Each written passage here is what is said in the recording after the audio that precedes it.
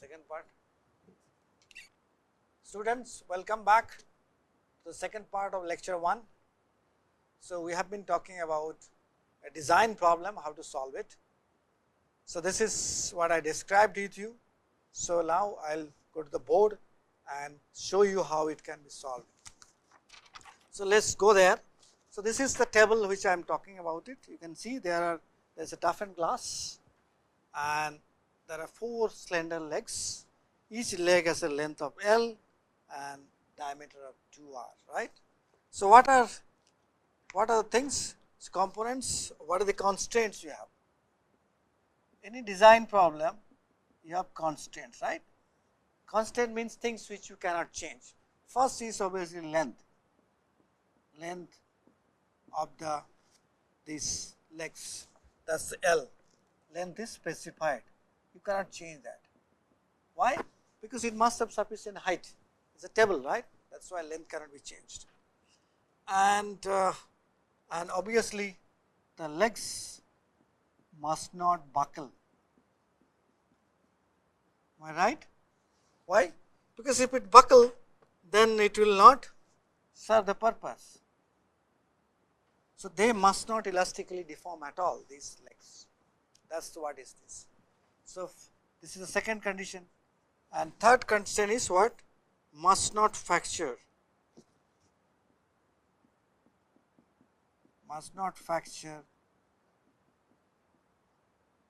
if accidentally hit. If you go and hit accidentally, these legs must not fracture, because if the legs fracture, whole table will fracture. So, these are the 3 basic constraints you have when you design that. So, in a design you have to understand these constraints. And what are our objectives? I already define it, let me write it so that you can understand it. So, these are my constraints and what are the objectives? Obviously, minimize the mass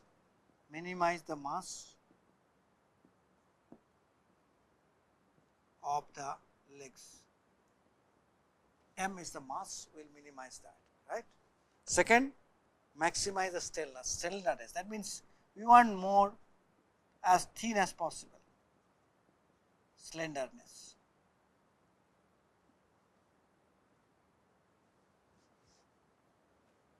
So, what are our choices or what are the free variables we have? These things are very important when you talk about design problem. Free variable is, one is my diameter, 2r, second is type of material.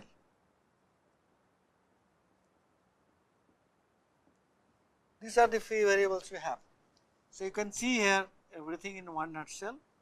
So, when you talk about any design problem, these 3 things you must have: constraint, objective and free variables. Okay. That is very clear and very important. Am I clear? Very clear and very important. So, now let us talk about the mathematical part of it. So, first of all, this is a cylinder, right, and so what is the mass? Mass is volume into density, and what is the volume? Pi r square L, pi r square is your area, L is the length, and this multiplied by rho is the density, that is my mass. Remember, we are going to minimize this mass, right. That means I have 2 aspects here, rho as well as r. L I cannot change, L is fixed by the length of or the height of the table. So, I can have options of both minimizing r also as well as rho. That is what we said, we can minimize the mass by we can maximize the slenderness, that means we can minimize the thickness of these legs, and density what is determining the type of material you use, right. That is what is the question is. So, this is my first equation, right, M, I write down 1. So, what is the second equation? I said that if we apply some material on top of which, as well as you have a glass, under the load of these legs must not buckle. So what is the thing buckling about it? So that means it must withstand the critical load, right? This can be easily obtained by this formula EI by L square. Pi square is coming because of the geometry of these legs, where E is the elastic modulus, I is the second moments of inertia. Remember, E is the elastic modulus and I is the second moment of inertia of these legs. L is already known and pi is the 3.14, right. So that is about it. So I know that I here second moment C is what? You can determine that, and if you do not know also the second moment of inertia, you can find out from the books. And this is what I wrote, pi r 4 to the power 4 by r to the power 4 divided by 4. That is the second moments of inertia. Now we can plug in that value and it becomes a pi q, right. You can understand E, right, r to the power 4 divided by 4 L square. That is what is your F critical force, correct. That means this critical force which you can apply so that this legs will not buckle is determined by E, L. R is a free variable, as I told you. The known L, I can only determine the critical value of F if I know E and R. Remember that. But this is a inverse design problem because we know the constant and the objectives. We are designing R as well as the type of material. Like E will determine the type of material you are going to use it. So this is my second equation, right. This is my first equation. This is my second equation. So now what I do? I simply take this R out from this. You can do that, okay, in your notebook. I can take the R out from this and find the mass. So if I do that simply by replacing R, let me write this is also R, replacing R in this equation 1 from equation 2, I will get M, okay, M equal to, or rather it will be M greater than equal to, because the minimum value, right, that will be equal to 4 F. What you do, simply take R square out from this, R square, it is R to the power 4, so R square, you take the value of R square and plug in there. So M greater than 4 F by pi to the power half, as you can clearly see, L square, and then, so this is L square, then e to the power rho by e to the power half. So what you see? We separated out these three aspects, or the on which the mass will depend. First is the force. Okay, you can write down this is critical, F critical force, then L, which is also known, L is known, and the material parameter density by e to the power half. So what is the critical material parameter which will determine the value of M? The critical material parameter value of M is critically depends on rho divided by e to the power half. That is what is my first important material parameter called M1. So we can write down this as one of the important parameters which I must take into consideration while designing that. Okay, so that is my first objective. This is what is the first objective is made simply by knowing what is the minimum value of rho by e to the power half. For that, all these constants will be suggested, but it does not talk about the slenderness. So for slenderness we need another equation, correct? That very easy. Okay, you can take this, you can take from the top equation, this equation F equation, you can take that and find out it. Okay, so if you do that, you will get value of R. Okay, let me just write down from my notebook, value of R will be from this equation, equation 2. If you do that, very easy it is. Basically, you know now the value of M, everything, you can find a value of R. Okay, simply R. What do you do? Find out R to the power 4 is there, so it will be 4F this 4f critical 4 will go there, okay, divided by pi cube, right. This is pi cube to the power 1 by 4, and then L to the power half, L square is the L to the power half, and e to the power 1 by e to the power 4, 1 by 4, right. So, these 3 parameters you can see here, this is it is 4 goes here, and then L goes there, and then e to the power 4, right. So, therefore, for slenderness I get another parameter, for slenderness I get e to the power 1 by 4 is another parameter M2, this is for slenderness. Remember these 2 equations which you derive, one from this simply buckling up, this equation basically comes when you have a beam and you are putting load, and under what load it will not buckle, till what load, this equation basically comes. That is why E into I come into picture, right. Those of you who have done applied mechanics, they can easily understand that. Fundamentally we get down to these 2 equations which we will use and for design of materials. I hope you can follow the mathematics. If you cannot, please either you can see the ASBIS book or you can use it for your purpose. Let us come back to the slides now. And so, this is what I discussed, and I just do not want to tell anything about it. So, as you can see, the best of the material will be the value, both high value of both e to the power half by rho, correct. So, I can write down that also. You can see here, you can inverse this, right, you can inverse this. So, this becomes e to the power half by rho, and when e to the power half by rho is high, this will go down, okay, m will be minimized, right, that is what it is. And second is e to the power 1 by 4, right, or e. So, that is what I written here, you can clearly see here, you can very clearly see that, let me take a laser pointer, that the best choice of the material is with high values of both e to the power half by rho and e, correct.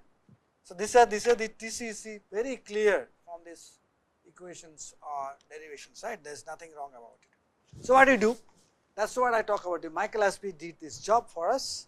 So, here you can see we have plotted Young modulus versus density, correct, that is what we plotted, and we have shown all kinds of materials. You can see here, this is the polymeric part, you can see here, this laser pointer, you can see polymeric part, this ceramic part, this is the metallic part, or this is, sorry, this is also polymer, right.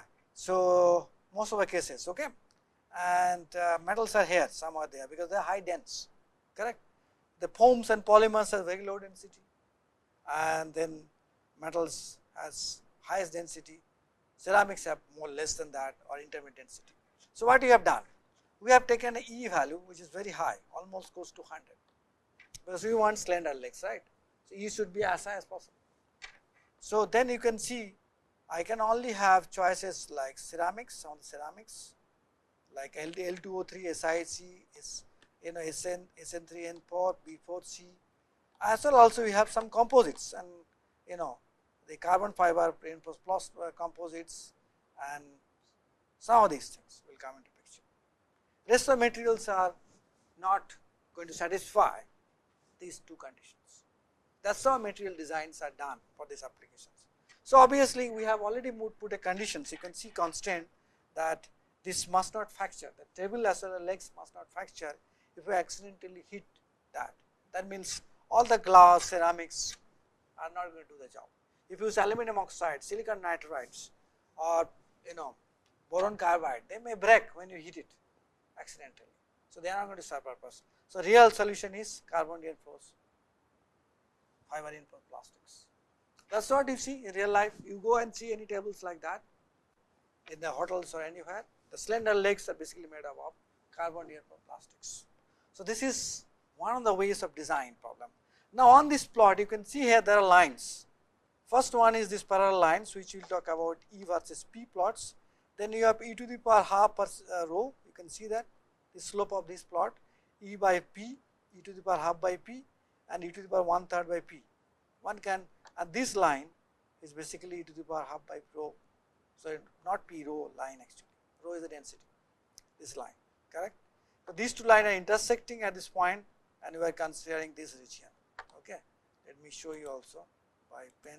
We are only considering this part of the region, right? Sorry, this part of the region. Oops. This part of the region. You can see that. So, that is the main idea. So, that is how design of material is done. This is one example. Let us talk about another example which is even more interesting. Okay. What is known as energy efficient clean walls. Clean, you know clean, right? Many of you must have gone to villages and see that a lot of people make bricks, okay? And you have to make bricks, they will make a clean and then they will put a lot of materials to burn, so the temperature can be increased and this this soft bricks then will be hardened. That is what happens. So, that is one aspect of this. You can see this is basically clean look like. You have heaters inside the clean. You can use electrical heating also if you want to stop pollution, or you can burn coal also to do that also. And your idea is to reach a temperature.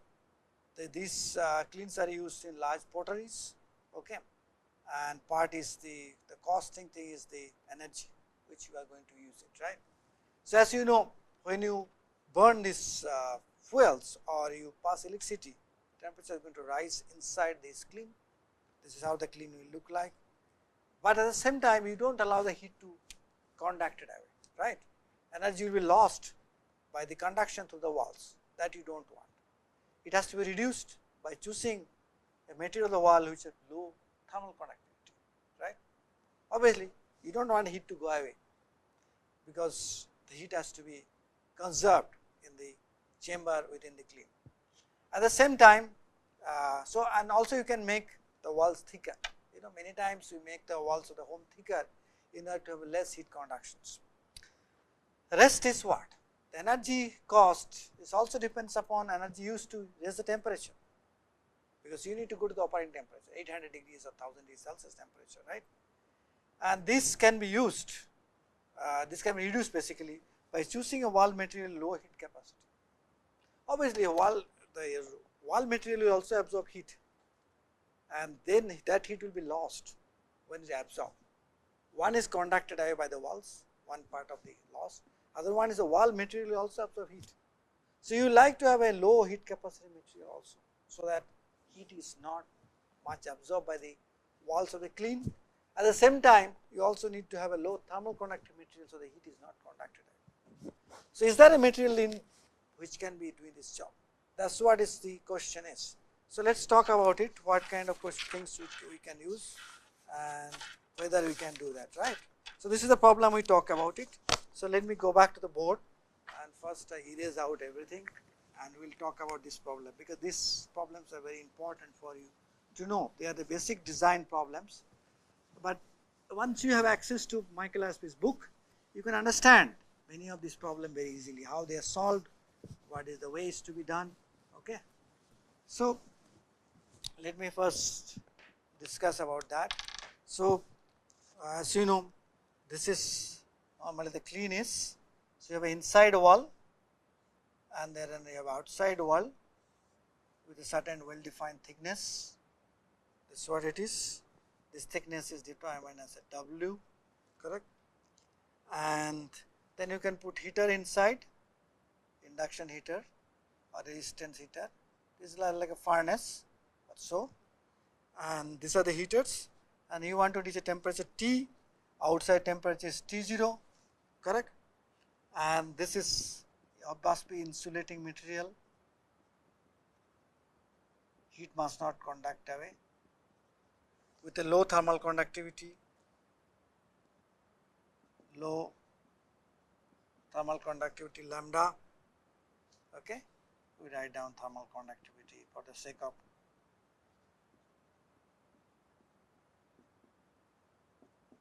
and obviously you also need certain specific heat. You cannot have 0 specific heat, but certain specific heat. These are my parameters, right. This is what we are going to solve. Again we write the constraints here. What are the constraints I have? First one is obviously maximum operating temperature.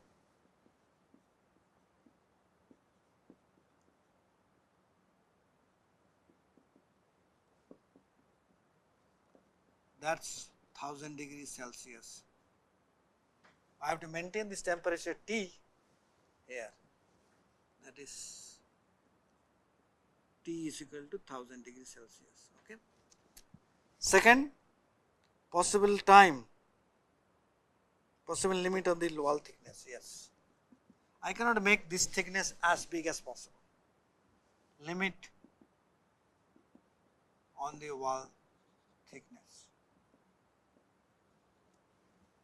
Correct. I must have a certain specific thickness. If I make the wall of this house very big, then I cannot justify the cost and other things also. So what is the objective? So these are this thing. What are the objectives? Objectives are what? I already explained to you, right? First objective is minimize the energy loss. That's the main thing, because that's where the cost is. Minimize the energy loss. Energy loss must be minimized. Okay. And the free variables are what? Free variables are what? Free variables. What are the free variables? Clean wall thickness,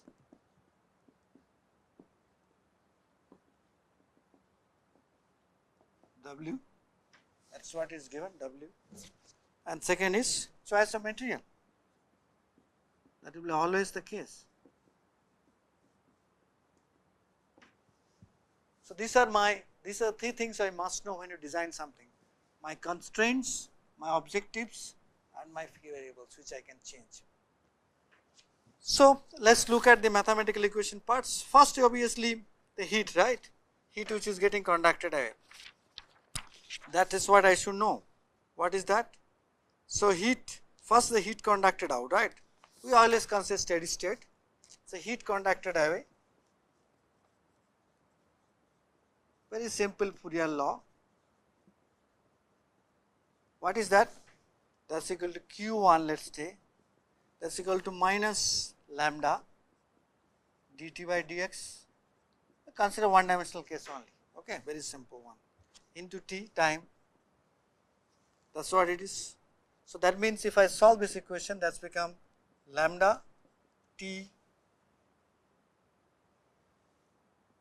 ti minus t naught. Let's say ti you write. Ti or this one is ti is better. T naught divided by your W is the thickness into time. That's what it is. Okay.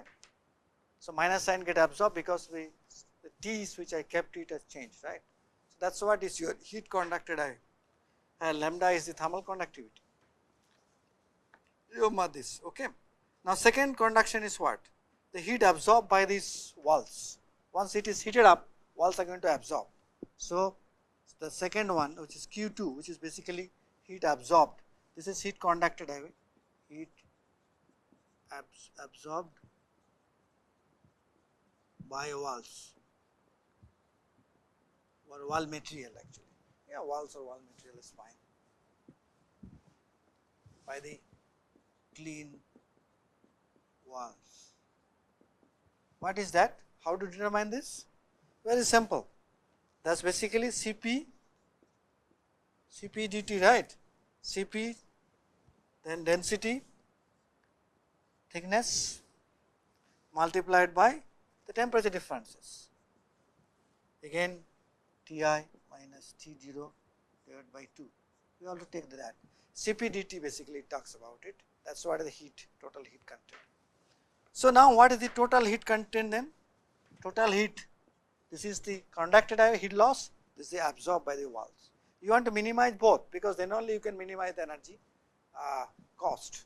So total heat is Q1 plus Q2, and that's simply lambda Ti by T naught by Ti minus into T plus Cp rho Ti minus T naught by 2, right? I hope you can follow it up everything. Okay, that's the total heat. Am I clear? So these are the three fundamental equations which are required. Rest is simple mass. This is a Fourier's law. Okay, this is the CPdT, the heat absorbed by the material. Now, just quickly before we go for the next class, quickly I will tell you if the wall is too thin, it will hit almost all the heat actually. If the wall is too thin, if you make it too thin, right? If a W is too thin, Q1 will be very large, so you cannot make it. If W is too big, then what will happen? Q2 will be large. You can see W is too big, Q2 will be large. So W has to be really optimized properly. And similarly the material. So in order to optimize the W, what do you do? Simply you differentiate the first equation, this equation.